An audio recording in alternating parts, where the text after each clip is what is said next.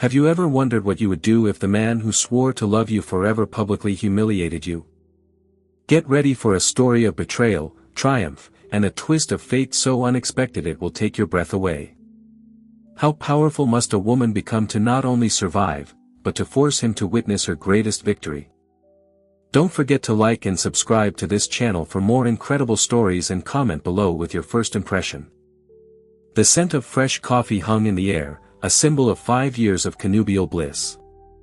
Then Javier Thorne uttered the words that would shatter their home with a brutal and simple declaration. I want to divorce Elena. Elena Sanchez held her white porcelain cup, a wedding gift, as the dark liquid swirled gently. Her fingers tensed around the warm ceramic. Is it because of Sofia? She asked with a calmness she didn't feel. Javier looked out the panoramic windows of their high-rise apartment, which stretched over the skyline of the city. I don't want to hurt you more than necessary. An evasive answer is just another way of hurting someone, Elena replied, placing the cup on the marble island. The clink of the porcelain echoed in the tense silence. Yes, it's her, Javier finally admitted, loosening the navy blue tie Elena had given him on their last anniversary. Things just happened. Elena let out a bitter laugh. Things don't just happen over 3 months, Javier. They are built. They are chosen. They are kept secret. Javier's face hardened. He didn't want to have this conversation this way. And how did you want to have it? She countered. After your lawyers handed me the papers, or when photos of you with her appeared in the society magazines? Javier picked up his Italian leather briefcase. The lawyers will contact you this afternoon. I've been generous with the terms. Your generosity moves me, Elena replied, not moving from her seat. Were you also generous when you offered her my position at the firm? That's different. That's business. Everything with you has always been a business, hasn't it? Javier replied. Elena waited for the private elevator door to close before allowing the tears to fall. Her world tilted when she realized she was pregnant. A single unexpected heartbeat that no one, not even Javier, knew existed. What do you do when you lose everything but gain the world's most precious secret? A secret that could destroy an empire, or build a new one. She made a decision. Her maternity leave would be her escape, her time to rebuild. She moved to a small apartment, living off her savings, and focused on the new life growing inside her. The city's newspapers wrote her off as the discarded wife. But she blocked out the noise, focusing on her resilience. She took on a new job at a non-profit, building a network of people who valued her for her kindness, intelligence, and tenacity. What would you do if your world came crashing down like this? Would you keep the secret or confront him? The night of the gala was the absolute pinnacle of the social calendar. It was a reunion of the city's elite. Javier arrived with Sofia on his arm, determined to steal the spotlight. For him, this was his victory lap. His chance to show everyone that he was still on top. But as soon as Elena entered the ballroom on the arm of Julian, a billionaire investor, Javier felt his world tilt. He couldn't look away from her. The woman he once called too soft for his world was now the center of attention, radiant in a midnight blue dress that celebrated her pregnancy. A hush fell over the crowd as they watched the drama unfold. Sofia, seeing her victory threatened, decided to attack. She walked up to Elena's table with a forced smile. Elena, what a surprise. I must say, pregnancy suits you well. The insult, thinly veiled as a compliment, hung in the air. But Elena, now a leader in her field and no longer the naive woman he left behind, simply smiled. Thank you, Sofia. It's funny you mention it. It seems I've been winning a lot lately. Stung, Sofia turned her attention to Julian. It's strange though, isn't it, Javier, she called out across the room. All those years you spent trying to build her up. And now look at her, shining on someone else's money. That was all Javier could take. He stood up, his face red with a mixture of anger and shame. "That's enough, Sophia," he shouted. "This isn't your place." But the crowd was now on Elena's side. As the tension mounted, Julian, who had been listening calmly, stood up beside Elena. "Is there a problem, Javier?" he asked, his voice quiet but commanding. "Because from where I'm standing, it looks like you should be congratulating Elena. She's about to have a baby, and tonight she's about to have a whole new future." And then, in a move that silenced the entire room, Julian got down on one knee. "Elena," he said, his voice ringing with sincerity. "I know we haven't known each other long, but I've been waiting my whole life to meet you. Would you do me the honor of marrying me?" The crowd erupted in applause. Elena, with tears in her eyes, said, "Yes." Julian slipped a magnificent diamond ring onto her finger, and the room was filled with tears and flashes of cameras. Javier stood alone, watching his ex-wife's triumphant moment, realizing that he was no longer the hero of his own story. He was the fool who had traded a priceless work of art for a cheap imitation. How do you think Javier's public humiliation will change his perspective on success and love? The Met Gala was not just a party.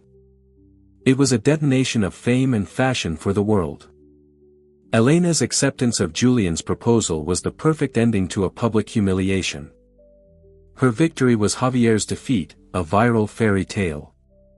But the truth, as always, was much messier. The hours after the proposal were a blur of tears, exhaustion, and confusion.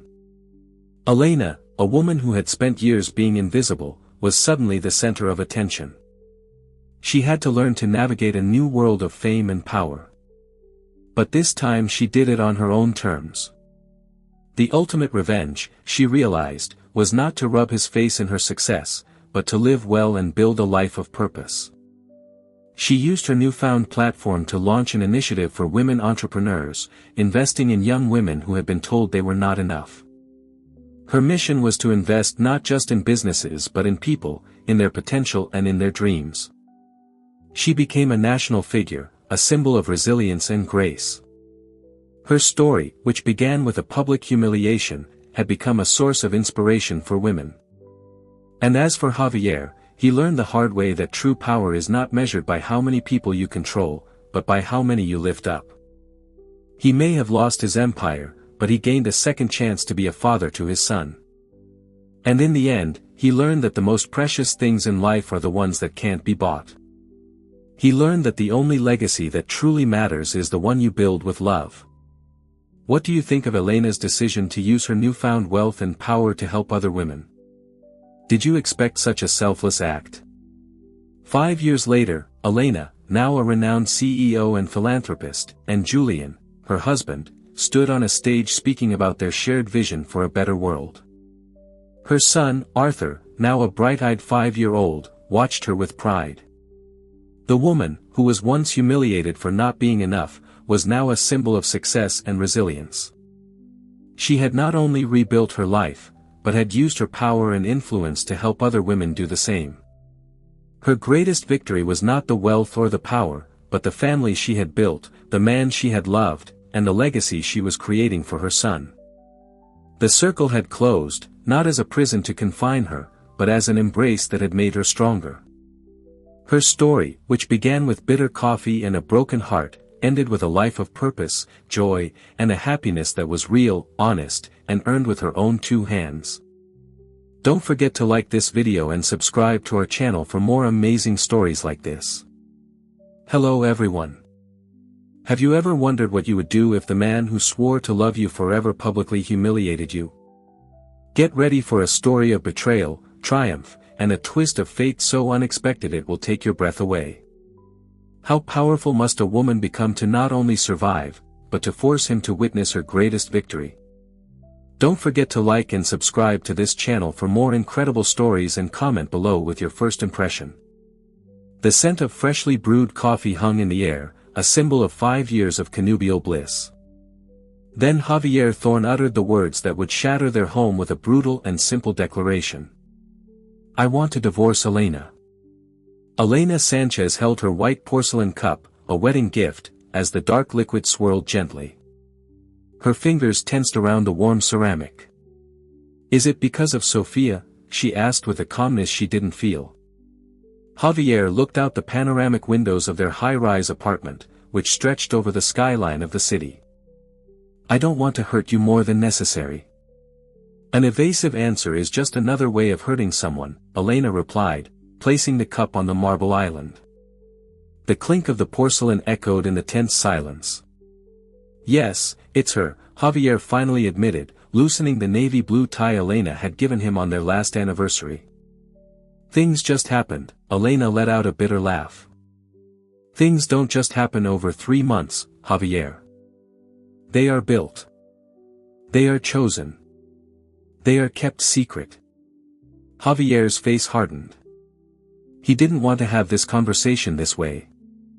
And how did you want to have it? She asked. After your lawyers handed me the papers, or when photos of you with her appeared in the society magazines? Javier picked up his Italian leather briefcase. The lawyers will contact you this afternoon.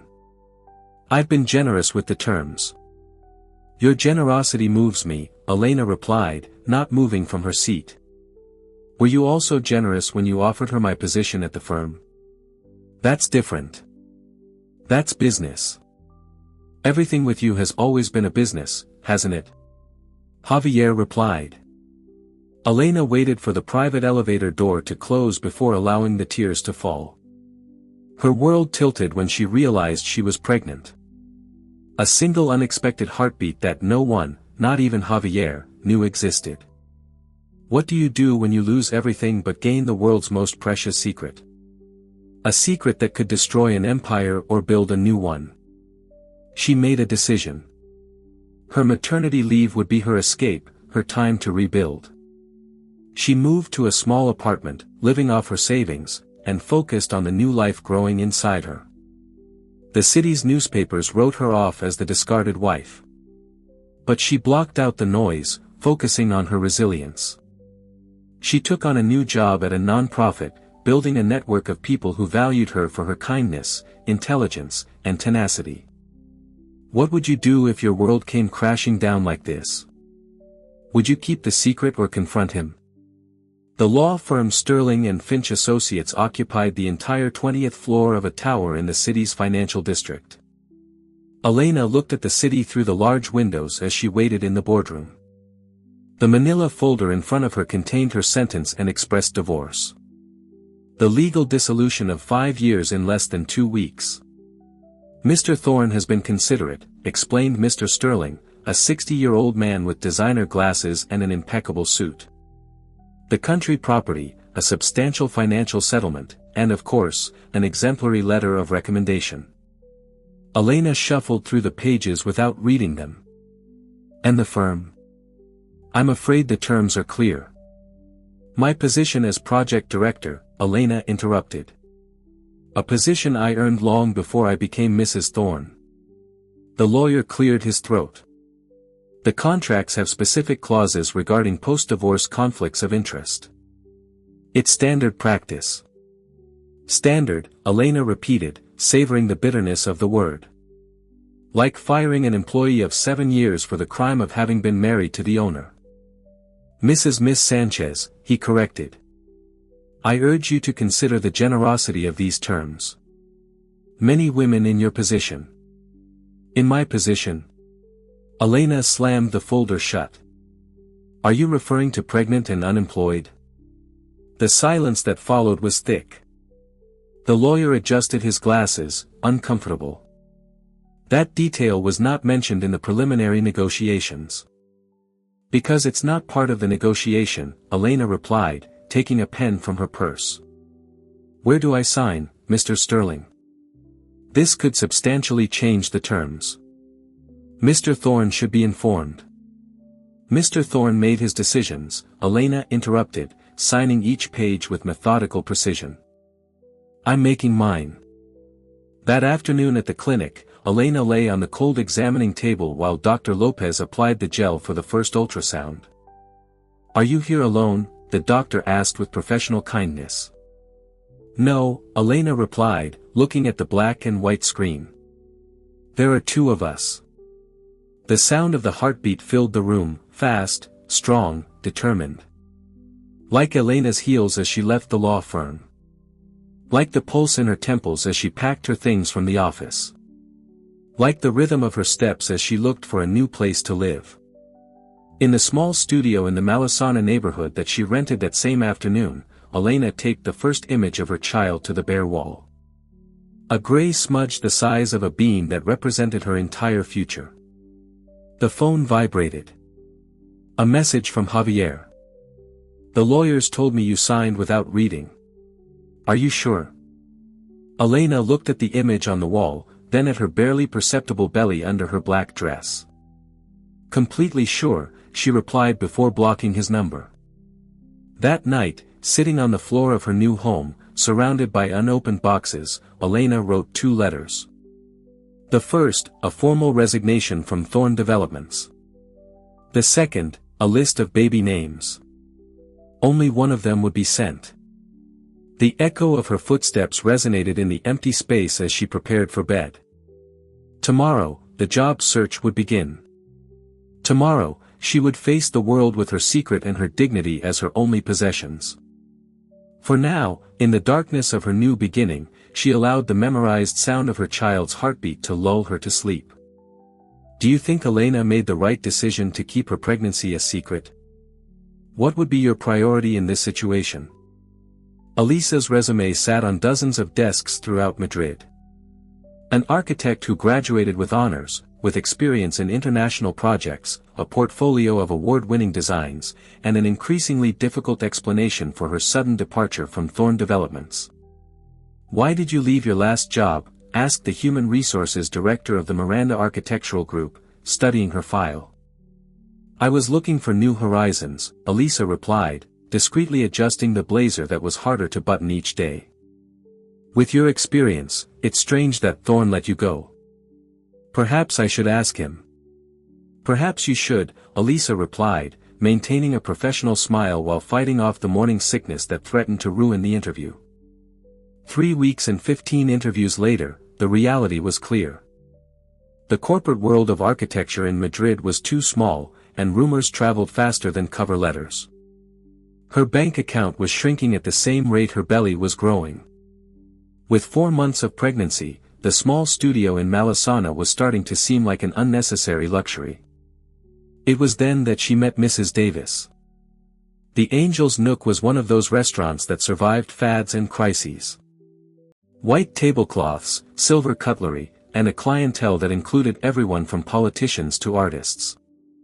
Eliza had gone in looking for the bathroom, feeling dizzy after another failed interview. Are you okay, dear? A maternal voice asked when Elisa came out of the bathroom. Mrs. Davis, with her silver hair and impeccable apron, offered her a glass of mineral water with lemon. Pregnancy is not easy, especially when you're alone. Elisa drank in silence, surprised by the woman's perceptiveness. How did you know? 30 years in the restaurant business, my dear. You learn to read people. Mrs. Davis sat across from her. Do you have any experience in service? No, I'm an architect, and construction companies don't hire pregnant architects, Elisa shook her head. But restaurants do hire clever waitresses, Mrs. Davis continued. The uniform is adaptable, the tips are good, and we have medical services. I've never. Everyone starts out not knowing anything, Mrs. Davis interrupted. But you look like a fast learner. That night in her apartment, Elisa contemplated the restaurant's card. Her university diploma hung on the wall next to the latest ultrasound.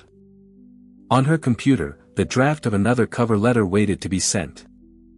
Sometimes you have to take a step back to get a running start, she whispered, remembering her mother's words. The next day, Elisa Vance, former project director at Thorn Developments, was learning to balance plates and memorize the daily specials. Her feet hurt, her back protested. But for the first time in months, she had a plan. Cheese board for table 7, the chef announced. Elisa adjusted her new apron and straightened her posture. In the mirror of the staff locker room, her reflection showed a different woman. Wounded pride was slowly transforming into determination. Her child moved as if applauding her decision. "This is temporary," she promised herself and the little one. "But it is our beginning." The exclusive appeared in Society Weekly. Valentina Hayes and her demands for her wedding to Javier Thorne. The article detailed the influencer's whims: a private island in the Maldives, a $500,000 dress, and a guest list that included half the entertainment world. "Look at this," Harry commented, showing Elisa the magazine during her break. "Your ex isn't holding back on the spending." Elisa smiled as she nibbled on an apple. Her 7th month of pregnancy had made her especially hungry. "High prices don't guarantee happiness," she said. But the real crack in the perfect facade appeared a week later. Elisa was organizing the restaurant cellar when she overheard a conversation between two executives at the next table. "Thorne is losing control," one of them said. "The Retiro Towers project is 2 months behind schedule." "It's that new girlfriend of his," the other replied. "She has him distracted. Did you hear she's demanding to be the official face of all the new developments? I heard she's pushing to be named creative director. No experience, no qualifications, nothing." Elisa continued her inventory, but her ears remained on alert. It wasn't morbid curiosity, she told herself, but business intelligence. That same afternoon, Valentina appeared at the restaurant with 2 friends. She didn't recognize Elisa, who had served her months ago. "I need Javier to sell that horrible penthouse in Salamanca," she heard her say between sips of her martini. "I'm not going to live where he lived with his ex. Besides, my reality show architect says we can build something more Instagrammable." "Reality show?" one of her companions asked. "Valentina's Perfect Life. It premieres next month. Javier doesn't know yet, but part of the filming will be in his office. You know, to show my entrepreneurial side." Elisa almost spilled the wine she was serving at the next table. Her baby kicked hard as if sharing her disbelief. Meanwhile, the response from Barcelona was still in her nightstand, waiting for a decision. The program started in 4 months, just when her baby would be 6 weeks old. It was crazy to consider such a drastic change, but every day in Madrid felt like a countdown. That night, as she was closing the restaurant, Mrs. Davis found her checking flights on her phone. "Have you made a decision yet?" "Almost," Elisa replied, stroking her belly. "But every time I think about leaving, something stops me." "Fear or hope?" Mrs. Davis asked with her usual wisdom. "Maybe both," Elisa admitted. "But today, I understood something important." "And what is it?"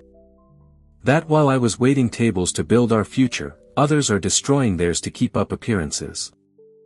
Mrs. Davis smiled, handing her an envelope. "Then this will interest you. Mr. Harrison came by while you were on your break. He left your letter of recommendation for the master's program." Eliza opened the envelope with trembling hands. The letter was more than a recommendation. It was a validation of everything she had fought for. "Sometimes," Mrs. Davis said, "the prettiest masks are the first to fall." The scandal broke on a Tuesday morning. Photos of Valentina kissing Ricardo Torres, Javier's main partner in the Retiro Towers project, first appeared on Twitter and then spread like a virus across all media. Exclusive: real estate mogul Javier Thorne's fiancée caught in compromising situation with his partner, the headline screamed. Elisa found out while folding napkins at the restaurant. Her phone wouldn't stop receiving links and messages from former colleagues. "Elisa, did you see?" Harry exclaimed, showing her his tablet. "Looks like your ex has terrible taste in partners." The photos were unequivocal. Valentina and Ricardo on a yacht in the Mediterranean, at a Mayfair restaurant, leaving a hotel in the Retiro neighborhood. All dated from the last 3 weeks. "Karma exists," a waitress muttered. But the real chaos came that night. Javier appeared at the restaurant, visibly drunk. "Elisa," he yelled from the entrance. "I need to talk to you." Mrs. Davis tried to intercept him. "Mr. Thorne, this is not the time or place." "It's the only place I can find you," he insisted, stumbling. "Elisa, please." Elisa came out of the kitchen, her 8-month pregnancy impossible to hide under her uniform. "Javier, you're making a scene."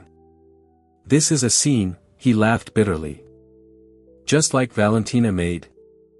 As if you're entitled to make a scene now that you know I'm pregnant." "Calm down," Elisa warned, leading Javier to a secluded table. "Sit down." "I ruined everything, didn't I?" he mumbled, collapsing into the chair.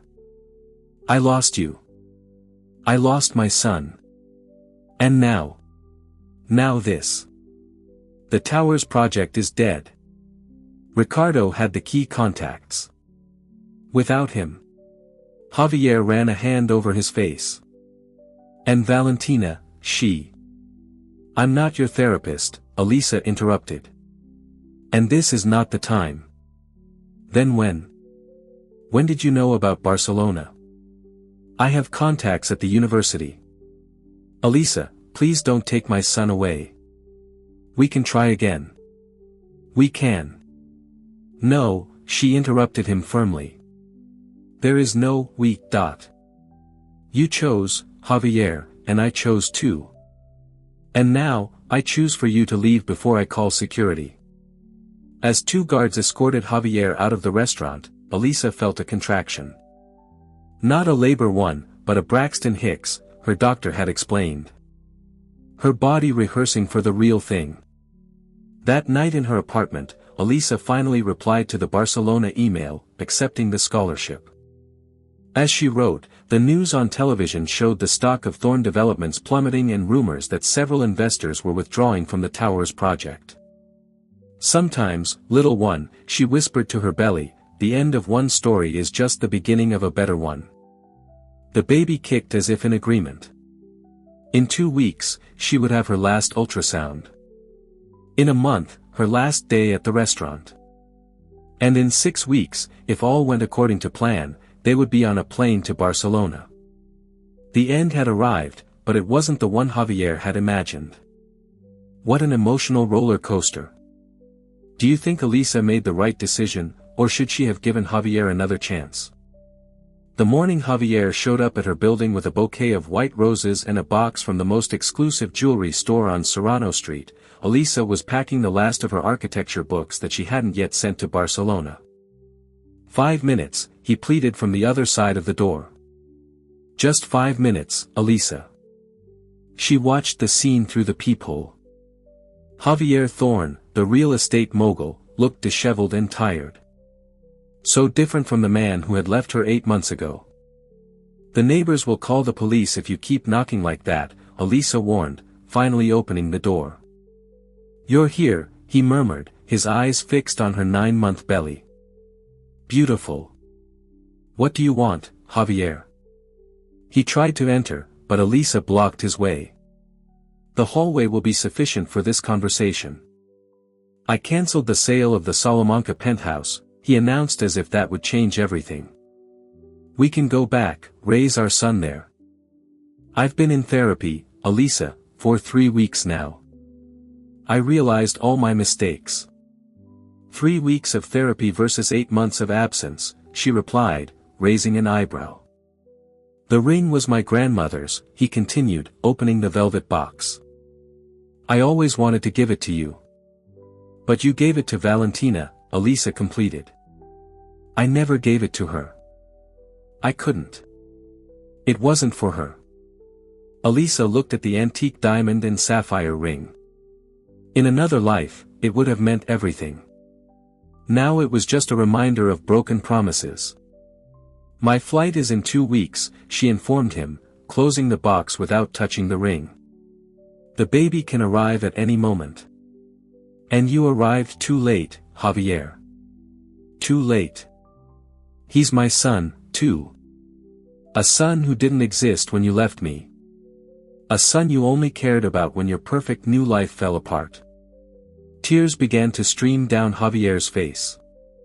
"Please, Elisa, I love you. I've always loved you. Love is not an insurance policy that you can claim when everything else fails," she replied, feeling a real contraction this time. "And now I need you to leave. They're expecting me at the hospital." He turned pale. "Let me take you. Mrs. Davis is downstairs. She'll accompany me." "You are the father. You are the man who abandoned us," Elisa corrected, holding her belly. "And this moment is mine." As Javier remained paralyzed in the hallway, Elisa slowly walked down the stairs, each step marking the end of one era and the beginning of another. In the car, Mrs. Davis was waiting for her with a suitcase and a maternal smile. "Are you ready, dear?" Elisa looked up one last time. Javier had disappeared. More than ever, she replied as another contraction announced that her son had chosen this moment, precisely this moment, to begin his own story. What an incredible journey of resilience and transformation. What does Elisa's story teach you about finding success and happiness after adversity?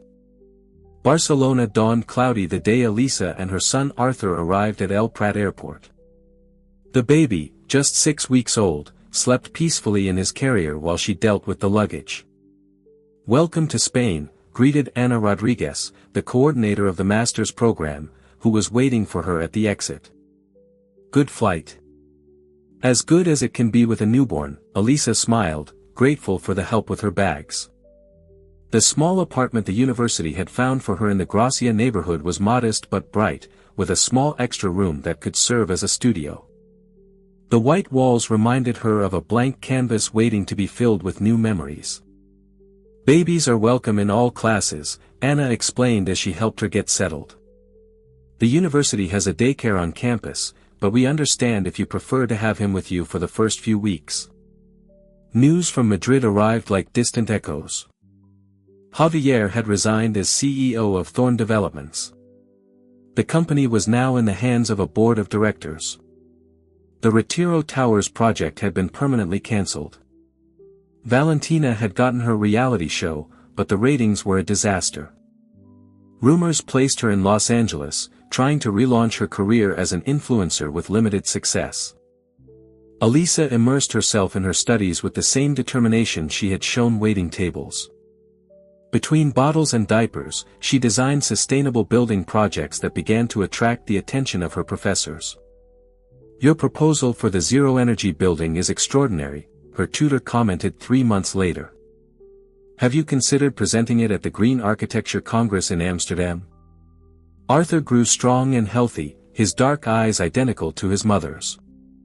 Video calls with Mrs. Davis were weekly, and the restaurant had become a kind of information hub where her former colleagues asked about her. "You won first place in the design contest," Anna informed her one spring afternoon. "The prize includes an internship at one of the most important architectural firms in Europe." Javier's emails arrived regularly, less insistent, more reflective. He no longer mentioned reconciliation, but shared news about trusts established for Arthur and business decisions that would affect his son's future. "Life has a strange way of balancing things," Mrs. Davis commented during a video call. "Did you hear that Ricardo Torres is bankrupt?" Elisa nodded. Javier's former partner had tried to launch his own real estate company only to fail miserably. Her own project, on the other hand, was flourishing. The pilot program for the Barcelona City Council had attracted the attention of international investors. Her thesis on regenerative architecture was being translated into 3 languages. "It's ironic," she reflected one night while watching Arthur sleep. "When I was waiting tables, some clients wouldn't even look me in the eye. Now those same businessmen pay by the hour for my consulting on sustainable construction." That relentless architect had built something that neither money nor power could buy. Authenticity. On her desk, next to the blueprints for her latest project, rested her old apron from the Angel's Nook. She had framed it not as a reminder of difficult times, but as a testament to her resilience. "The consequences," she wrote in her diary that night, "are not punishments or rewards. They are simply the echo of our own decisions. Arthur stirred in his crib, mumbling in his sleep. Elisa smiled, thinking about how every decision, every moment of pain and triumph had led her exactly to where she needed to be. A year and a half after she left, Elisa returned to Madrid. This time, not as the hurt ex-wife of Javier Thorne, but as the keynote speaker at the International Congress of Sustainable Construction. "Look who's on the cover," Mrs. Davis exclaimed, showing her Architecture Today magazine. Elisa, elegant in an emerald green pantsuit, smiled from the cover next to the headline, "The Green Revolution in European Architecture." Arthur, now a 2-year-old walking with determination, explored the Angel's Nook with fascination. "My beautiful boy," Mrs. Davis picked him up. "Do you know that this is where your mom started her new life?" The reunion with Madrid was like waking from a long dream. The city had changed. Or maybe it was she who had changed. Her presentation at the Congress attracted the cream of the crop of the real estate world, including several former colleagues from Thorne Developments. "Your proposal to transform abandoned buildings into self-sufficient communities is revolutionary," commented the new CEO of Miranda Architectural Group during the reception. "Would you consider a strategic alliance?" Elisa smiled, remembering that failed interview 2 years ago. "Please send the proposal to my office in Barcelona. My team will evaluate it." News of her temporary return spread quickly.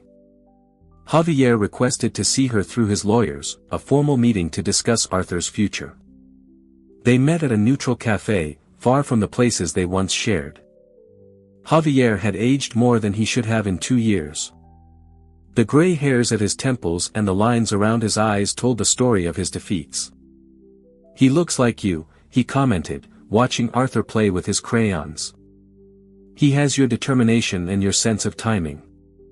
He always knows when to make a dramatic entrance," Elisa replied. The conversation was civil and adult. They discussed visits, vacations, and education. They didn't mention the past. There was no need.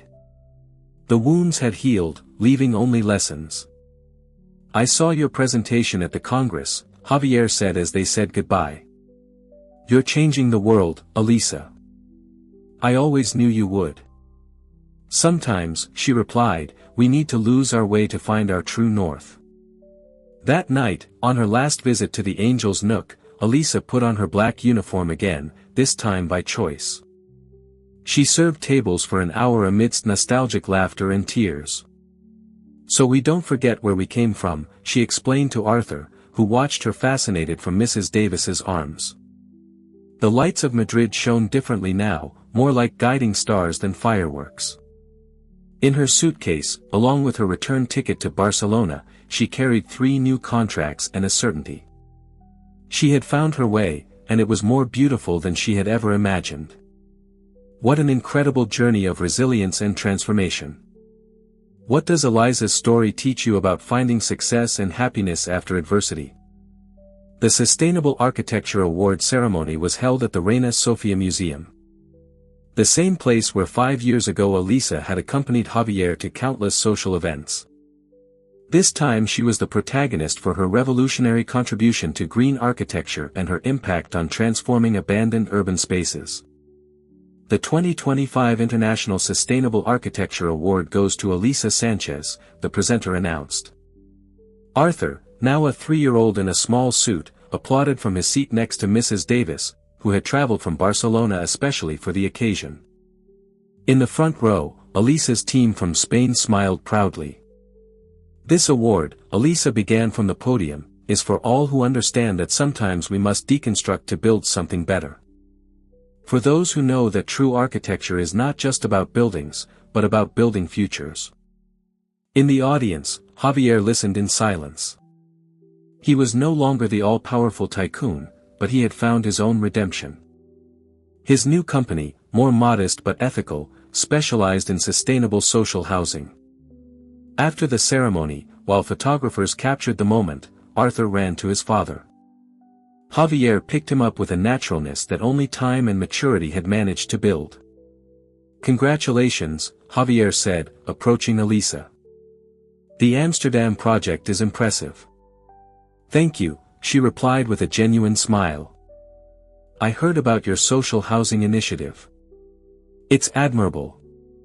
At the cocktail party, Society magazine circulated with the latest gossip. Valentina Hayes had returned to Madrid, this time as a second-rate real estate agent. Her reality show was just an embarrassing memory on YouTube. Life has a funny way of putting everyone in their place, Mrs. Davis commented, watching Elisa interact with international investors.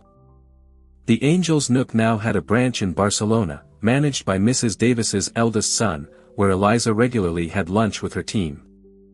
Her old black apron remained framed in her office next to her awards and recognitions. "Mommy," Arthur called, pulling on her evening gown. "Can we go eat at Grandma Davis's restaurant?" Elisa looked around at the elegant museum, the businessmen in expensive suits, the champagne glasses. Then she looked at her son, at Mrs. Davis, at her team, and even at Javier, and smiled. "Yes, my love. Let's go back to where it all began." The circle had closed, not as a prison that confined her, but as an embrace that had made her stronger. Her story, which had begun with bitter coffee and a broken heart, ended with a quiet dinner among family and friends. Here, in the place where she had learned that dignity has no price, she understood that the sweetest success is not about having the world at your feet, but about building a world of your own, with your own two hands. What an incredible journey of resilience and transformation. Elisa's story teaches us that from the deepest pain can grow the greatest strength. True happiness isn't found in revenge, but in rebuilding a life filled with purpose and love. What does her story teach you about finding success and happiness after adversity? Share your deepest thoughts in the comments. Don't forget to like this video and subscribe for more inspiring and true-to-life narratives.